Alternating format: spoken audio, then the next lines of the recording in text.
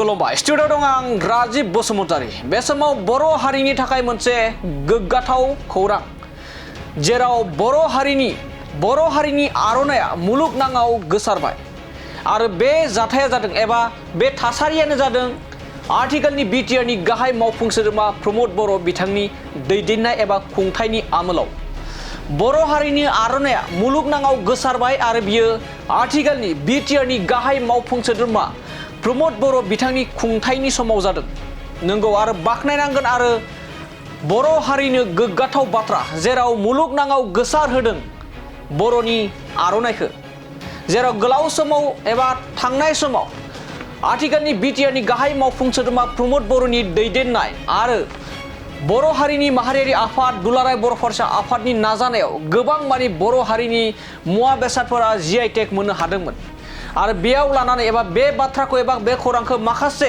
माखासे सोद्रोमाफोरा ससियेल मिडियानि गेजेरजों गोबां मानि दान्थे बिदान्थे खालामबोनायखौबो नुनो मोननाय जादों नाथाय आथिखालाव बियो मोनसे मुलुगनाङाव गोसारनो हमबाय जेराव बर' हारिनि आर'नाइया एबा आर'नाइखौ मुलुगनाङाव गोसारहोदों आरो बे गोसारनाय खामानिखौ सरासनस्रा सुबुङा खालामाखै आरो बे बर'नि आर'नाइखौ गोसारहोदों एबा मुलुगनाङाव सिनायथि होदों बाख्नायदों आरो मान बावदों मिरुनि मन्त्रि पबित्र मार्ग्रेटा बिथाङा नंगौ आरो बे खौराङा जाहैबाय फिलिपिन्स पलाव आरो माइक्र'निया बायदि हादोराव दावबायनाय समाव एबा गुबुन हादोरनि रायजो बेंगिरि बायजोआरि मन्थ्रिफोरजों सावरायनायजों लोगोसे बर'नि आर'नाइजों मान बावदों आरो बर'नि आर'नाइखौ मोजाङै बेखेवनायजों लोगोसे एबा बिनि सायाव बाख्नायथावै बाथ्रा बुंनायजों लोगोसे बे बर'नि आर'नाइजों गुबुन हादरनि रायजो बेंगिरि बिथांमोनजों सावरायनायजों लोगोसे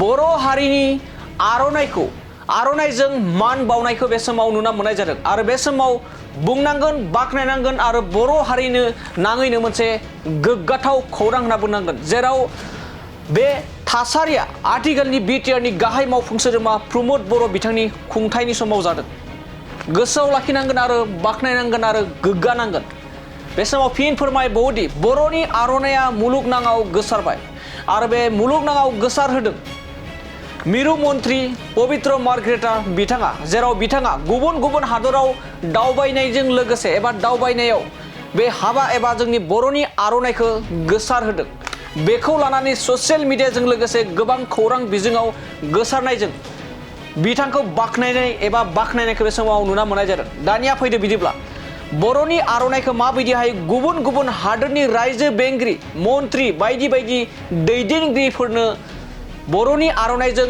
मान बावदों जों बिथांनि बुंनायनिफ्राय जों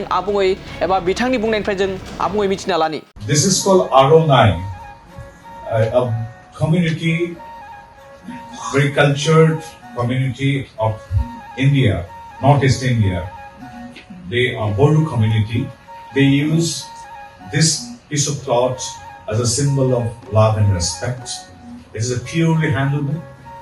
And earlier, during the days of wars, they used to use this as a belt. But now, after in present century, they use it as a skirt. So it's hand woven. And earlier during the wars, the women had to weave it overnight and to present to their spouses. So now there is no more. They may take 3-4 days. So, but thing is that this Aronai of our Boro community is handwoven, and for the last centuries we are considering it to be a symbol of love and affection. So I seek the permission of His Excellency, the President, to present it to you, the Governor, and our Vice President and Speaker. So may I? Yes.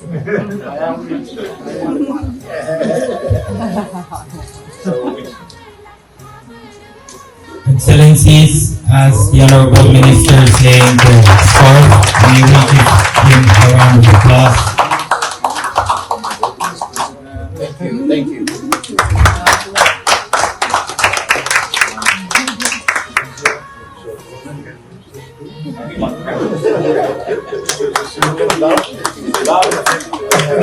Yes, sir.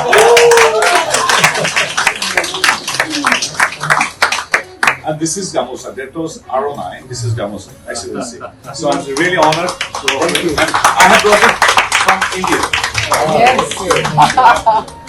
The last one is Gamosa. It's common for all the communities of Assam.